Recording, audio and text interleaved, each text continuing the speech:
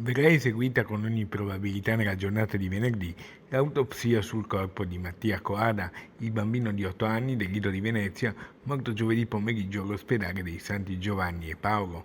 Il bambino si era sentito male nella notte tra mercoledì e giovedì in casa ed è stata subito aperta un'inchiesta per fare luce sulle cause del decesso.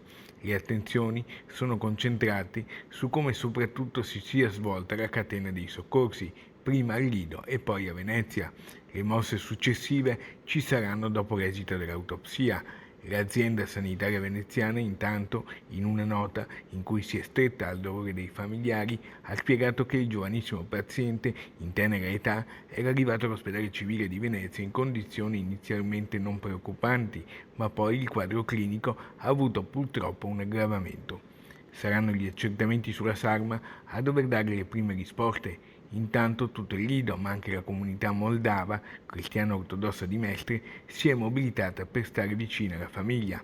Il padre Vitali ha lanciato un appello accorato affinché si sappia la verità sulla morte di Mattia, senza accusare nessuno per il momento, anzi ribadendo la fiducia nel lavoro della magistratura e nella validità della sanità veneziana. Ha detto anche di volere che nessun altro bambino capiti più quanto successo a suo figlio.